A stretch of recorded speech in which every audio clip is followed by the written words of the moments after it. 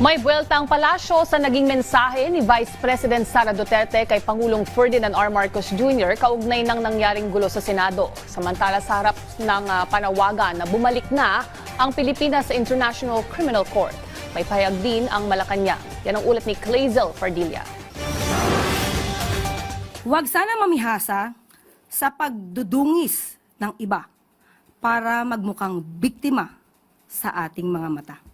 Buwelta yan ng Malacanang sa pahayag ni Vice President Sara Duterte na sumasalamin umano sa pamamahala ng administrasyon ni Pangulong Ferdinand R. Marcos Jr. ang nangyayaring gulo sa Senado.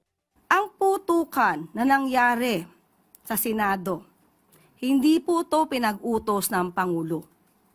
Ito ay may pagsang-ayon si Senator Alan Cayetano. Ang pagpapatakas kay Senator Bato de la Rosa sa tulong ni Senator Robin Padilla, hindi ito nanggagaling sa Pangulo.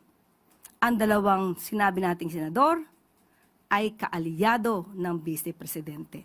So hindi totoo na patungkol daw sa kahinaan ng liderato sa administrasyon, kung hindi ito ay sa patuloy na pang-aabuso sa kapangyarihan para lamang sa kanilang mga kaalyado.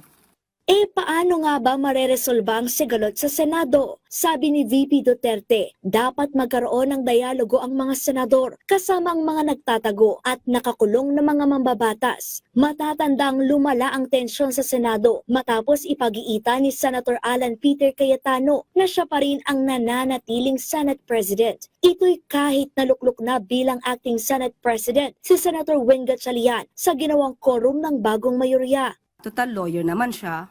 Nabasahin po yung Avellino versus Cuenco para magkaroon siya ng kahit konting kaalaman sa sinabi po ng Supreme Court patungkol po dyan.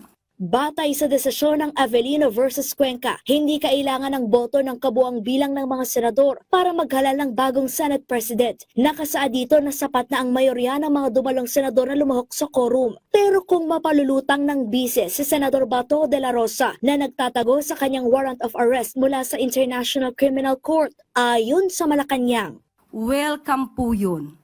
Mas maganda kung kanyang i-encourage, pipilitin, kamukha nung ginawa ni Senator Cayetano, na makapunta at makabalik si Senator Batasinado para siya ay umaten ng mga session. Samantala, sa harap ng panawagan na bumalik na ang Pilipinas sa International Criminal Court, nanindigan ang Malacanang na wala pa ring balak na muling sumapi ang Pilipinas sa International Criminal Court.